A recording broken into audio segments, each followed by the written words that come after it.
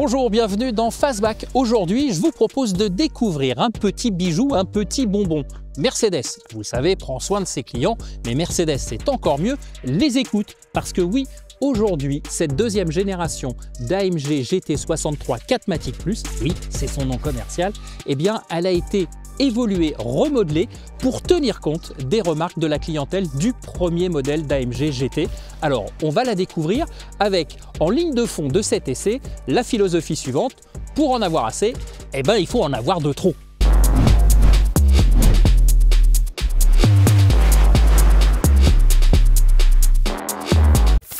Alors, on va découvrir cette AMG GT63, mais comme je vous le disais, eh bien Mercedes a tenu compte des remarques des clients de la première génération.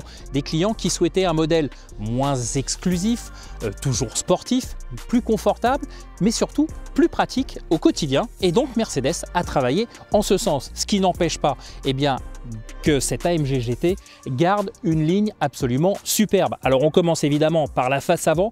Vous le voyez, on a cette calandre, cette bouche béante, pourrait-on dire, qui se dresse au centre de la face avant. C'est vraiment sublime.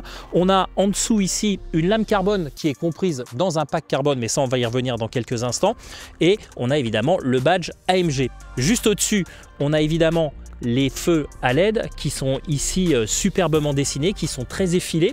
Et puis vous allez voir qu'on va retrouver ce petit gimmick des 3 positions de LED ici. On va les retrouver également à l'arrière pour la signature lumineuse de cette AMG GT.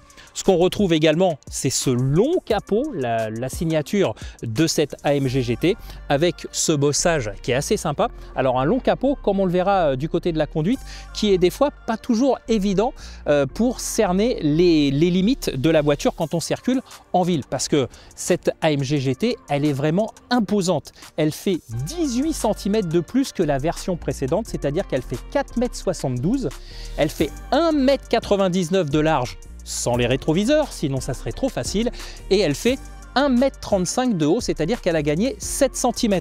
Son empattement, puisque l'on va passer maintenant sur le profil, son empattement lui aussi a progressé de 7 cm, on est à plus de 2,70 m, donc ça profitera à l'intérieur, parce que oui, à l'intérieur, vous verrez, il y a énormément de changements par rapport à la première génération.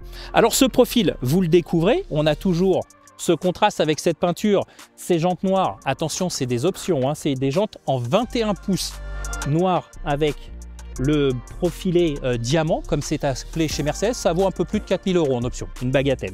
Vous avez la signature donc en bas de caisse en carbone, les rétros en carbone, cette teinte grise qui se marie bien avec les jantes noires. Et puis de profil, on voit qu'elle a vraiment gagné en longueur, elle s'est vraiment étirée. Et puis lorsqu'on le regarde comme ça sur un 3/4 arrière, je ne vais pas vous la faire, vous le savez certainement si vous êtes passionné de voitures sportives, on retrouve un petit peu les gènes de la Porsche 911. Ça c'est clair, puisque de toute façon Mercedes l'a dit, en cherchant la polyvalence, on cherche aussi à marcher sur les plates-bandes de la Porsche 911. À l'arrière du coup, eh bien, c'est là où on mesure toute la largeur de cette Mercedes AMG GT63. Regardez un petit peu ce train arrière qui est vraiment posé, c'est vraiment impressionnant, c'est très très large, hein, je vous le rappelle, 1,99 m de large cette AMG GT63. En dessous, eh bien, on retrouve les éléments du pack carbone ici avec ce diffuseur, les 4 sorties d'échappement, 2 de chaque côté, et puis comme je vous le disais tout à l'heure sur l'avant, eh bien on retrouve ce gimmick avec ces 3 feux qui sont détachés, ces 3 feux à LED pour un petit peu rehausser la signature lumineuse. Alors évidemment les phares sont rejoints maintenant, ça c'est la grande mode, par ce bandeau lumineux. Et puis ce qu'on peut voir également sur le pare-choc, on va passer ici sur le diffuseur, eh bien c'est que le diffuseur en carbone, il s'arrête ici, vous le voyez, là on est sur du plastique normal, et ça c'est bien vu, tout simplement pourquoi? Parce que là ici, on est en ligne directe avec les roues arrière, et quand il y a des projections de gravier, ça évite de détériorer le carbone tout simplement, donc c'est plus facile d'être entre guillemets à changer un morceau de plastique plutôt qu'un aplat de carbone, ça coûte moins cher, encore fallait-il y penser. Alors on vient de le voir, il y a quand même quelques modifications à l'extérieur, mais le plus gros du changement, eh bien, c'est à l'intérieur qu'il se trouve. On va le découvrir tout de suite. Alors, l'intérieur de cette AMG GT63, eh bien, globalement, on n'est pas en pays inconnu du côté de chez Mercedes, notamment avec cette grande tablette et cet écran central. Donc là, on est à 12, un petit peu plus de 12 pouces. La tablette centrale, comme on la retrouve sur tous les modèles maintenant de la gamme quasiment, elle fait 11,9 pouces, pardon, pas centimètres. Après, vous le voyez, hein, il y a du cuir étendu partout, ça c'est de série. Les sièges sont magnifiques, ils sont chauffants, massants et ventilés.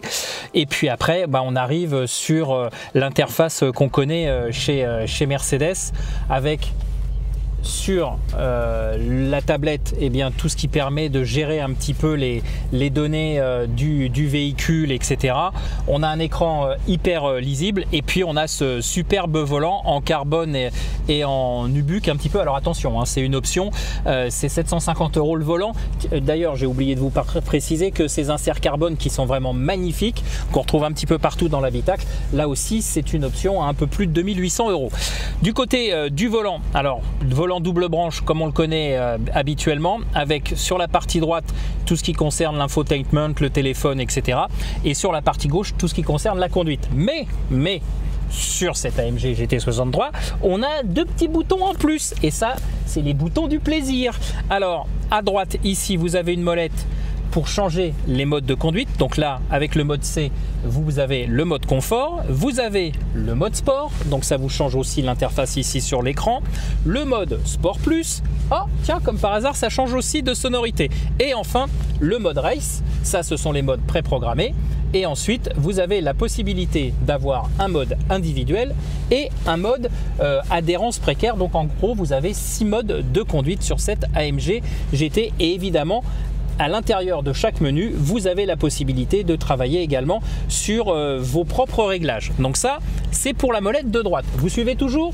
On passe à gauche. Sur la molette de gauche, vous avez la possibilité ici d'appuyer et de chercher donc le réglage de l'échappement, les réglages AMG dynamique, le start and stop, et voilà les réglages aérodynamiques. Ensuite, AMG dynamique, pardon. Ici, vous avez la possibilité de jouer sur la lame avant qui permet, c'est une lame carbone qui descend sur 3 cm, qui permet d'augmenter la déportance du train avant pour plus d'appui. Vous avez ensuite, on va vous le montrer, vous verrez.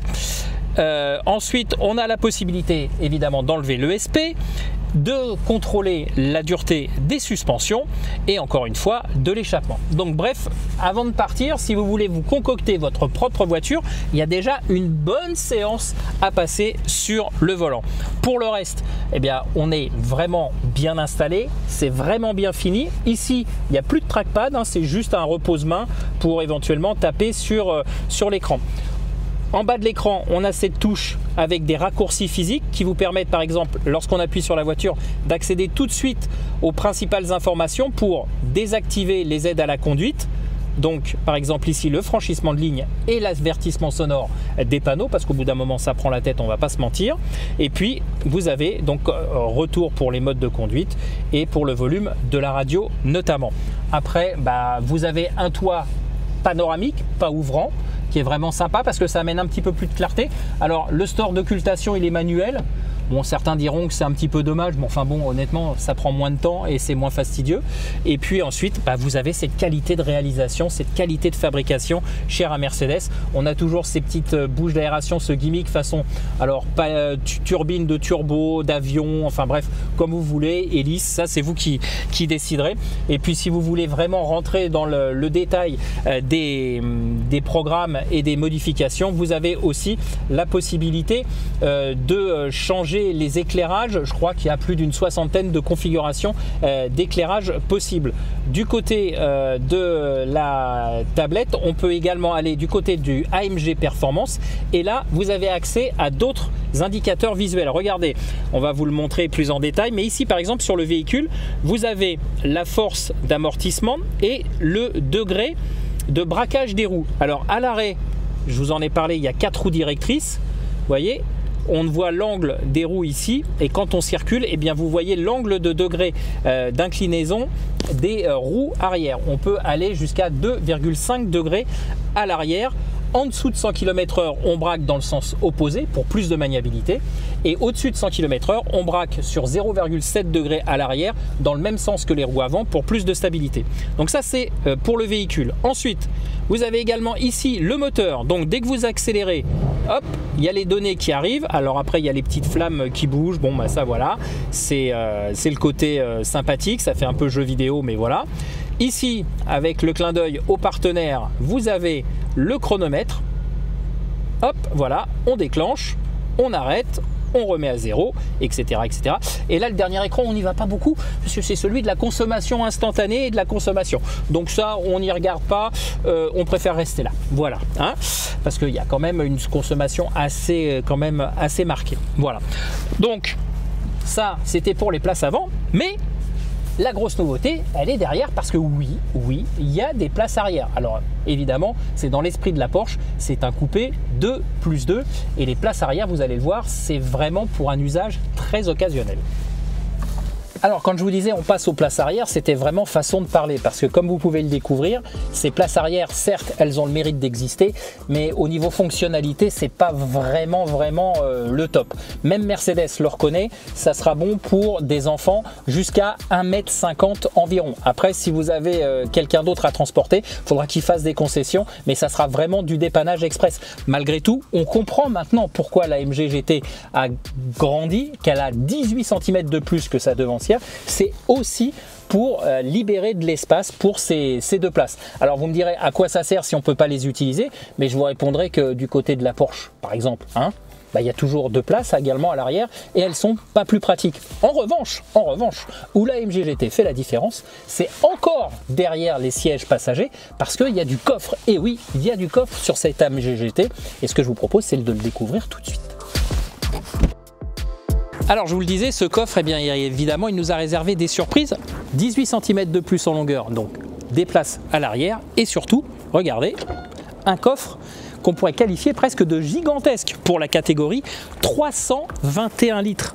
321 litres, ça laisse quand même de la place pour ranger deux belles valises. Et si jamais vous étiez vraiment dans l'inconfort, eh bien sachez qu'avec le dosseret des sièges arrière qui s'abat, et bien là on a plus de 650 litres de volume disponible à l'intérieur de cette AMG GT. Donc quand on vous dit que du côté de chez Mercedes on a tenu compte des remarques des anciens propriétaires qui voulaient plus d'espace, et bien là ça se traduit par ce volume de coffre et par ces deux places arrière.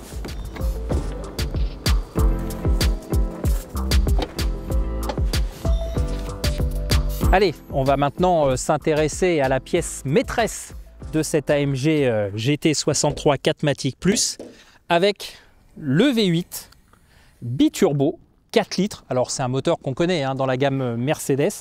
Il développe 585 chevaux. Il est doté de 810 Nm de couple, donc là c'est très musclé et ce dès 2500 tours. Et puis bah, comme toujours, comme chaque réalisation Mercedes, il est réalisé à la main et le mécanicien qui l'a monté, c'est Dominique Goncler, je pense, c'est signé comme ça. En tout cas, voilà, signature et autographe du mécanicien qui a monté ce moteur. Alors, du côté des pistons de ce V8, eh bien, ils sont en aluminium forgé et le haut moteur a été construit dans un alliage de zirconium. C'est quelque chose qui est aussi résistant que le diamant, bien justement, pour augmenter la résistance du haut moteur. En plus, il faut savoir qu'il est monté sur des cylindres blocs dynamiques qui, en fonction des modes de conduite sélectionnés par le conducteur, eh bien, vont lui permettre d'avoir un peu plus de rigidité ou de souplesse. En ce qui concerne les données chiffrées du V8 de 585 chevaux, sachez que la vitesse maximale c'est 315 km/h et que le 0 à 100 est avalé en 3 secondes 2. Alors vous allez me dire, oui, c'est bien beau de parler, mais nous on aimerait bien l'entendre. Eh bien venez avec moi, je vais vous faire ce petit plaisir des oreilles.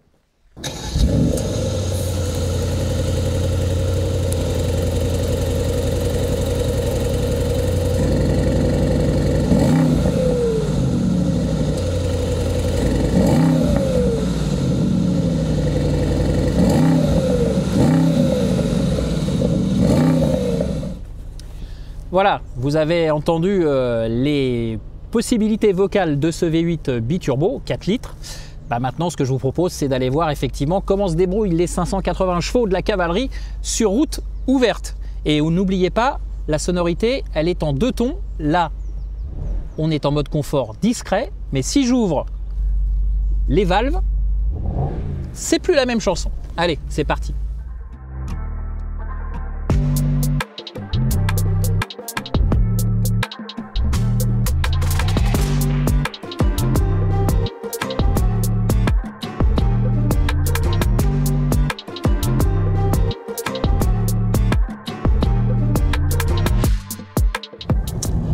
Alors comme je vous l'ai dit tout à l'heure lors de la présentation, Mercedes a écouté ses clients.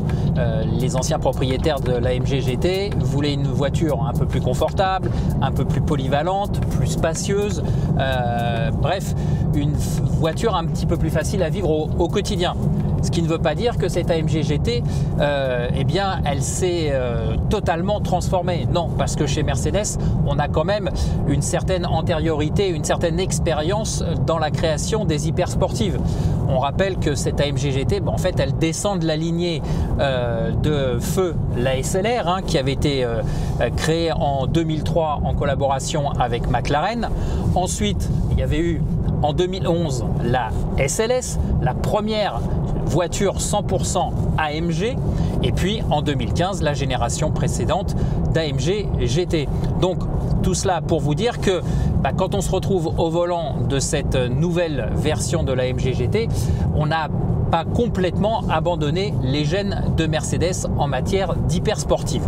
Du point de vue de la conduite sur ce mode confort, eh bien, on est quand même assez agréablement surpris justement par le confort de l'AMG GT, parce que en dépit de la monte pneumatique optionnelle de 21 pouces, je vous rappelle que la voiture est chaussée en 295 30 par 21 à l'avant et en 305 30 par 21 à l'arrière. Donc 30, c'est la hauteur du flanc du pneumatique. Donc logiquement, ça peut renvoyer des à-coups assez désagréables. Eh bien non, dans ce cas-là, on est quand même relativement préservé. Alors c'est sûr, c'est pas une Rolls-Royce, on est bien d'accord, mais en tout cas le confort de roulage est vraiment préservé. Et puis on le doit aussi au système d'amortissement, puisque sur cette AMG GT, les 4 roues sont indépendantes. Il y a des amortisseurs séparés donc sur chaque roue. Les amortisseurs sont reliés ensemble par des conduits dans lesquels circule de l'huile, et ça va interférer tout à l'heure quand on parlera du système de contrôle du roulis actif. Mais en tout cas, pour le confort, dans ce mode de déplacement tranquille, eh bien ça joue vraiment sur la qualité d'amortissement de la voiture. Et puis le deuxième point qui est quand même agréable, c'est qu'en dépit des 2 tonnes, parce que cette AMG GT elle a pris du poids, elle a pris plus de 330 kg par rapport à la première version, eh bien c'est qu'on n'a pas l'impression de déplacer autant de poids.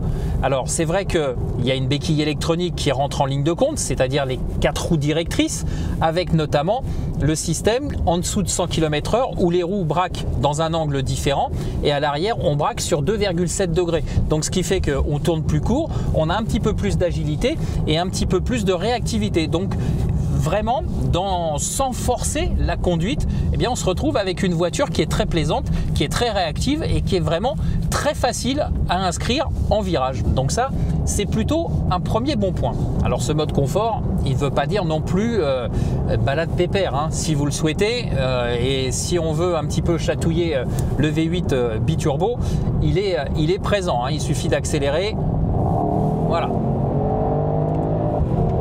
Ça repart instantanément. Alors, c'est présent, c'est là, mais c'est vraiment facilement appréhendable. Et c'est là où je pense que les clients Mercedes, les nouveaux clients Mercedes apprécieront, c'est que par rapport à l'ancienne génération d'AMG GT qui n'était qu'une propulsion, là on se retrouve avec les 4 roues motrices et forcément, on a quelque chose de plus facilement appréhendable, c'est moins piégeux, c'est moins caractériel et du coup on le maîtrise un peu plus facilement, ce qui fait que même en mode confort, on se déplace par moment à des vitesses qui sont hyper élevées et on n'a pas forcément l'impression de rouler si vite, ce qui fait que on peut rapidement se faire prendre au jeu. Et le plus dur dans ces cas-là, c'est surtout de ne pas aller un peu trop loin, parce que on est vraiment à des vitesses élevées et si ça se passe mal, ça se passera vraiment très mal. Alors évidemment, vous allez me dire, oui, mais on va pas passer tout l'essai en mode confort. Non, ça je vous l'accorde. On va un petit peu changer de registre, on va changer un petit peu de tempérament dans cette AMG GT. Pour changer d'ambiance dans cette AMG GT, il suffit de se pencher sur le petit bouton de commande des différents modes de conduite. Et puis comme je vous le disais en préambule de cet essai, pour en avoir assez, il faut en avoir de trop. Donc plutôt que de passer par le mode sport plus, on va directement au mode race. Et là tout de suite, on change de dimension rien qu'au niveau de la sonorité. Alors quand on accélère la cadence, qu'est-ce qui se passe avec cette AMG GT? Déjà, ce qu'on peut mettre en exergue, c'est le moteur, parce que ce V8 4 litres biturbo de 585 chevaux, sincèrement, il est très très sympa. Il monte vite dans les tours, il y a du couple, je vous le rappelle, 800 Nm à 2500 tours, donc on a une puissance disponible très rapidement. Ça sert d'ailleurs même pas, c'est même pas la peine de monter jusqu'à 7000 tours qui est la zone rouge, parce que de toute façon vous avez la force du couple bien avant. Donc ça c'est vraiment très sympa. On ressort avec une force des virages, c'est vraiment efficace. Alors on pourrait se dire que ça va être un petit peu lourd à emmener. Non, encore une fois, ce que je vous disais tout à l'heure dans le mode confort, c'est que ce système de roues directrices fait qu'on a une voiture qui est quand même plus qu'agile par rapport à son poids embarqué. Donc ça c'est quand même hyper surprenant. Alors évidemment c'est pas une ballerine, il y a quand même 2 tonnes à emmener, mais c'est vraiment la réactivité et l'association des 3 facteurs conjugués, c'est-à-dire la transmission intégrale, les roues directrices et la force du V8. Et là, franchement, on est dans une autre dimension et on atteint des vitesses de passage qui sont tout simplement incroyables. Et on a aussi une qualité de tenue de route qui est vraiment impressionnante. Alors par contre, quand on commence à chatouiller un petit peu cette AMG GT, il y a quelque chose qui ressort assez rapidement, même 2 choses qui ressortent assez rapidement, c'est la réactivité de la boîte de vitesse. Alors on peut choisir le mode manuel, donc là auquel cas vous êtes à 100% maître du passage de vos rapports, mais les palettes qui commandent cette boîte de vitesse, c'est une boîte 9 rapports, elle manque un tout petit peu de réactivité. On connaît plus rapide, notamment du côté de sa concurrente principale allemande, c'est beaucoup plus rapide. Et d'ailleurs sur certains freinages appuyés, quand on veut rétrograder de 3e en 2e, le système informatique, le calculateur refuse le rétrogradage et vous êtes obligé de solliciter les freins. Et on en arrive directement au 2e point, c'est que les freins, s'ils semblent performants au début, finalement il faut de plus en plus appuyer sur la pédale pour avoir un freinage vraiment efficace. Et on finit même par moment à se demander si on va quand même réussir à s'arrêter au moment où on le voulait, parce que le poids fait que ça pousse et que le freinage, il a un petit peu du mal à suivre de temps en temps. Alors il y a une option dans le catalogue Mercedes qui est de choisir les freins carbone céramique. Ça vaut quand même 9000 €, c'est des freins de 420 mm. Je ne sais pas si le jeu en vaut la chandelle au quotidien, mais si vous ne faites pas de circuit, je pense que ça ne sera pas une option absolument indispensable. En revanche, si vous taquinez régulièrement votre voiture, il faut faire attention, il faut lui laisser le temps aussi de se refroidir, parce que les freins ont tendance un petit peu à souffrir.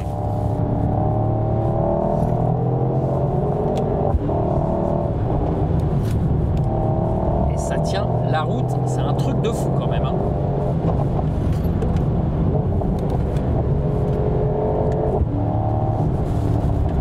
Là, c'est quand même un autre monde. Et on a beau dire que cette AMG GT s'est embourgeoisée, je pense qu'on est quand même sur des niveaux de conduite très très élevés et de performance très élevés. Alors on va réaccélérer un petit peu. c'est vraiment sympa. Cette sonorité de moteur, elle est vraiment sympa.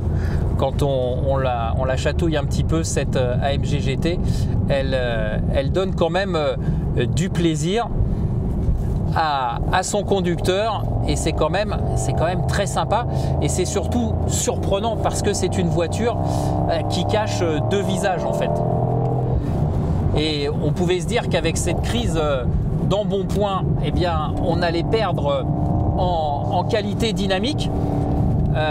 On perd certainement en caractère, en démonstrativité par rapport à l'ancienne génération, mais en efficacité, sincèrement, regardez, là je freine. Wow.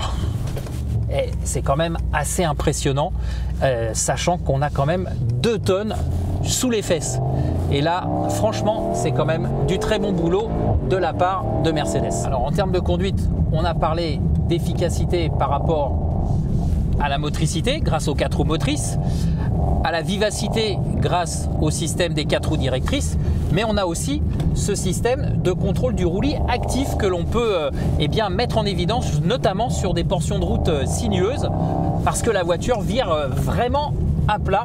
Alors je vous l'ai dit, les amortisseurs sont indépendants entre eux, mais ils sont reliés par des canaux dans lesquels circule de l'huile, et en fait il y a une pompe qui agit pour renvoyer de la pression sur l'amortisseur qui doit contrôler la force centrifuge opposée. Ce qui fait que quand la voiture va s'affaisser, on renvoie de la pression d'huile pour maintenir une assiette un petit peu plus horizontale, et donc permettre à la Mercedes AMG de virer à plat, et c'est quand même hyper efficace.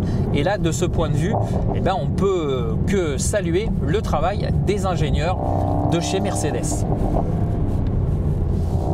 Alors côté technique et performance, on a encore 2 autres éléments qui viennent renforcer l'efficacité du châssis de cette AMG GT. C'est à l'arrière évidemment la présence d'un aileron qui se déploie au-dessus de 100 km/h et qui va générer évidemment de l'appui sur l'arrière, mais on a également, comme chez Porsche, un système de lame à l'avant qui va se déployer au-dessus de 80 km/h. La lame, elle va descendre sur environ 40 mm, c'est-à-dire 4 cm, pour augmenter la déportance et donc apporter plus d'appui et plus de précision sur le train avant. Alors, dans les virages serrés, comme on vient de voir il y a quelques instants, ça n'a que peu d'intérêt. Par contre, dès que vous êtes à vitesse élevée et que vous êtes sur des grandes courbes rapides, là, vous avez encore plus d'appui au sol, encore plus de stabilité. Et ça, c'est vraiment appréciable. Après, Mercedes a su s'inspirer de ce qui se faisait aussi chez Porsche. Il n'y a pas de mal à copier, ce qui est bien. Alors si je devais conclure ce chapitre conduite, en fait, je retiendrai plusieurs choses. La première, c'est que cette AMG GT, en fait, elle cache plusieurs visages dans la même voiture. Vous voulez profiter tranquillement de la route, vous pouvez le faire. Vous pouvez attaquer, vous pouvez le faire. Vous avez un moteur démonstratif présent qui répond à la moindre sollicitation de l'accélérateur. Ça, c'est impressionnant. La deuxième chose, c'est que vous avez des qualités dynamiques qui sont quand même assez surprenantes par rapport au poids et à la taille de la voiture. Et ça, c'est quand même un coup de chapeau à tirer aux ingénieurs de chez Mercedes. Après, c'est vrai que les freins, ça demande un peu d'attention, et que la boîte Speedshift 9 rapport manque un petit peu de réactivité. Mais bon, je vais dire que cette AMG GT, c'est la polyvalence exacerbée. Donc quelque part, on peut admettre certains petits défauts. En tout cas, ce qui est sûr, et c'est ce que je disais au début de cet essai, pour en avoir assez, il faut en avoir de trop. Et pour une utilisation, je dirais, raisonnable mais sportive, il y a largement ce qu'il faut dans cette AMG GT, voire même un peu plus. Mais ça dépendra de votre humeur du jour. Allez, tiens, on va parler tarifs maintenant, histoire de se faire peur quelques instants. Enfin bon, se faire peur, on le sait très bien, quand on est sur ce genre de véhicule, on n'est pas en train de parler de véhicules accessibles au commun des mortels. Alors, cette AMG GT63 4MATIC Plus, son prix de base, c'est juste en dessous de la barrière des 200 000 €. Alors oui, c'est de l'argent, mais si on fait le parallèle avec les voitures avec lesquels elle veut rentrer en concurrence, bah, on est un petit peu moins cher qu'une Porsche 911 Turbo hein, qui est au-dessus de la barre des 200 000. On est moins cher qu'une Ferrari Roma par exemple. On est moins cher qu'une McLaren et on est aussi moins cher que la toute nouvelle Aston Martin Vantage qui vient d'arriver. Donc de ce point de vue-là, on est à égalité. En revanche, et ça nous fait toujours dresser les poils sur les bras, ça nous hérisse le poil comme on dit. À ce prix de base, donc on va l'arrondir à 200 000 euros, bah, il faut rajouter 60 000 euros de malus écologique. Voilà, c'est 30% du prix de la voiture. C'est juste une hérésie. Alors vous me direz, quand on peut mettre 200 000 euros dans une voiture, on peut aussi mettre 60 000 euros dans le malus écologique. Oui, enfin bon, quand même, c'est exagéré. Et puis bah, sur notre modèle d'essai, on a quand même quelques options. Les jantes de 21 pouces, les plaquages carbone à l'intérieur, plus d'autres choses, le volant notamment qui m'échappe. Bref, si vous rajoutez donc le malus écologique et les options, eh bien on est aux alentours de 280 000 euros. Oui, ça fait une somme, mais globalement, eh bien cette Mercedes, elle est dans la fourchette du segment. Donc il n'y a pas matière à s'en émouvoir, ou en tout cas, je dirais que le prix par rapport aux prestations eh bien, est justifié comme sur celui de ses concurrentes.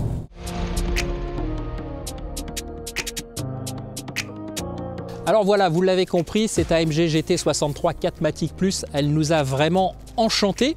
Alors, est-ce qu'elle plaira aux puristes de la première génération? C'est peut-être pas sûr à 100% parce qu'elle est très efficace, elle est confortable, elle a plus d'habitabilité, mais elle perd un petit peu ce côté chien fou caractériel qui pouvait plaire sur la précédente génération. Alors, entre les deux, eh bien, Mercedes a décidé de choyer ses nouveaux clients. C'est une option, c'est une position. Pas sûr que ça plaise à tout le monde, mais en tout cas, nous, cette AMG GT63 4MATIC Plus, on en gardera un souvenir impérissable et j'espère que vous aussi. Voilà, c'est comme ça qu'on se quitte pour ce numéro de Fastback. On espère qu'avec Adrian, vous avez pris énormément de plaisir à le regarder autant que nous à le réaliser et on se retrouve très vite pour un prochain épisode.